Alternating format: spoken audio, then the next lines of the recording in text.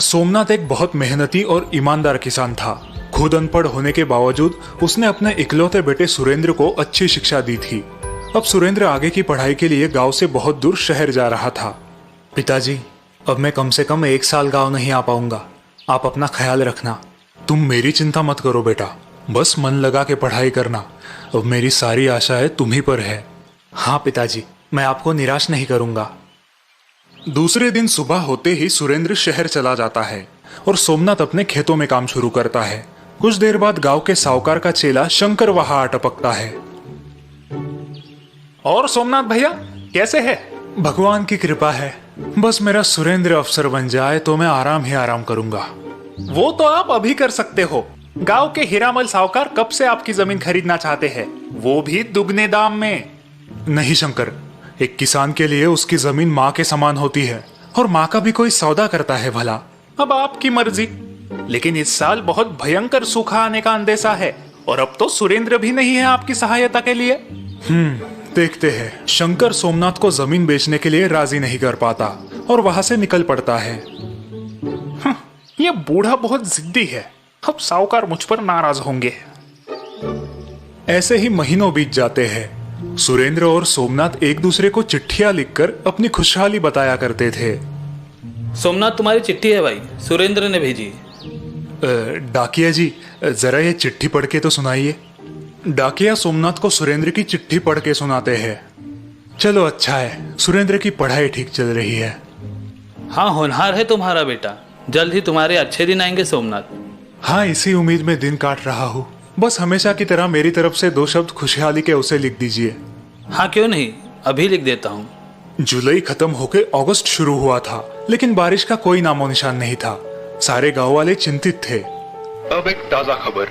सरकारी मौसम विभाग के अनुसार देश के हर राज्य में औसत 10% ही बारिश होने का अनुमान है। नागरिकों से निवेदन है कि उपलब्ध पानी का इस्तेमाल समझदारी से करें।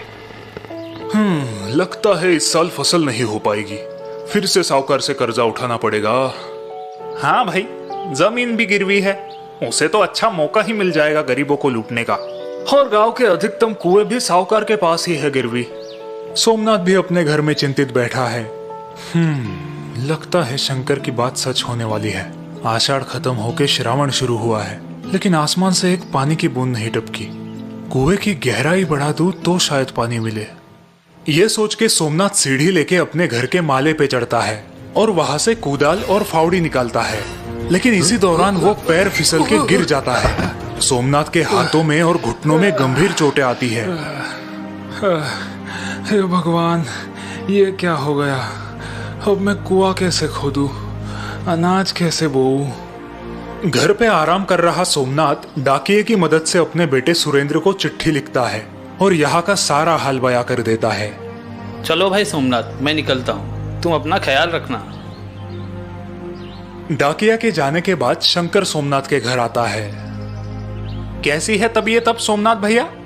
भगवान की कृपा है, हड्डी नहीं टूटी, लेकिन दर्द से बेहाल हूँ। लेकिन अब तुम क्या करोगे? तुम्हारा बेटा तो यहाँ आने से रहा। मेरी मानो अपनी जमीन साहूकार को बेच दो और शहर अपने बेटे के पास चले जाओ, सुखी हो जाओगे। शायद तुम ठीक कह रहे हो। शंकर खुश होके सोमनाथ के घर से बाहर निकलता है। चलो, आखिर ये जिद्दी बूढ़ा मान ही गया। यहाँ शहर में सुरेंद्र अपनी परीक्षा की तैयारी कर रहा था, लेकिन वो पिताजी की चिट्ठी पढ़ के सोच में पड़ गया। बेटा सुरेंद्र, इस साल सूखे की वजह से शायद फसल ना हो पाए, लेकिन अगर तुम यहाँ होते तो मैं हमारा कुआं खोद के उसकी गहराई बढ़ा देता, थोड़ी बहुत सब्जियां बो लेता। अब सब राम भरोसे छोड़ रहा हूँ। पिताजी काफी बीमार है, ऊपर से ये सूखे का संकट, और मैं यहाँ फंस गया हूँ। कुछ तो करना पड़ेगा। कुछ दिन बाद डाकिया सुरेंद्र की चिट्ठी लेके आता है और सोमनाथ को पढ़ाता है। प्रणाम पिताजी, आपकी चिट्ठी मिली, लेकिन आप हमारा कुआं और ज्यादा मत खोदिए। हमारे पुरखों ने वहाँ गुप्त धन छुपाया है। ये बात मुझे दादी ने उनके स्वर्गवास से पहले बताई थी और सही समय पर आपको बताने का वचन मुझसे लिया था। क्या? चिट्ठी पढ़ते ही दोनों चौंक जाते हैं। वाह सोमनाथ, तुम्हारा तो भाग्य खुल गया भाई। डाकिया वहां से निकलता है, तभी रास्ते में उसे शंकर मिलता है। क्यों डाकिया जी, क्या खबर? लाखों में एक खबर है भाई। क्या बात कर रहे हो? जरा हमें भी बताओ भाई। डाकिया शंकर को सोमनाथ के कुएं के बारे में बताता है और वो सुन के शंकर की आंखें फैल जाती है। उसी रात शंकर फावड़ा और कुदाल लेके चुपके से सोमनाथ के खेत में आता है और उसका कुआं खोदने लगता है। ये गुप्त धन अगर मुझे मिल गया तो मैं खुद ही साहूकार बन जाऊंगा। बहुत देर तक कुआं खोदने के बाद भी शंकर के हाथों कुछ नहीं लगता और वो परेशान हो जाता है। हाँ, ये क्या, लगभग 10 हाथ गहरा खोदा है कुआं, फिर भी कुछ नहीं दिख रहा। अब तो सूर्योदय भी होने को है, किसी ने मुझे यहाँ देख लिया तो लेने के देने पड़ जाएंगे। सुबह सोमनाथ लंगड़ते हुए कुदाल लेके खेत पहुंचता है। कुछ तो करना होगा, कुआं खोदने की थोड़ी थोड़ी कोशिश करता हूँ। सोमनाथ जैसे ही कुएं के पास आता है वो दंग रह जाता है। अरे ये क्या, ये किसने खोदा?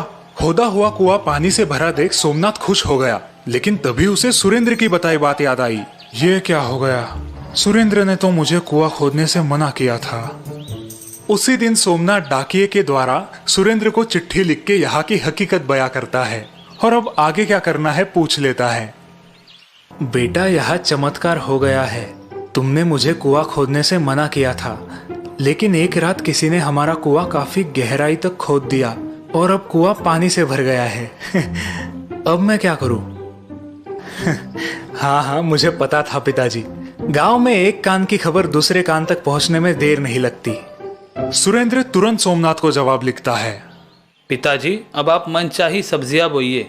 इतनी दूर से मैं आपके लिए बस इतना ही कर सकता था। सुना तुमने तुम्हारे बेटे ने क्या लिखा है? मनचाही सब्जियां बो। वाह भाई वाह, उधर शहर में बैठ के यहाँ बाप के लिए कुआं खुदवाया, वो भी मुफ्त। बेटा हो तो ऐसा,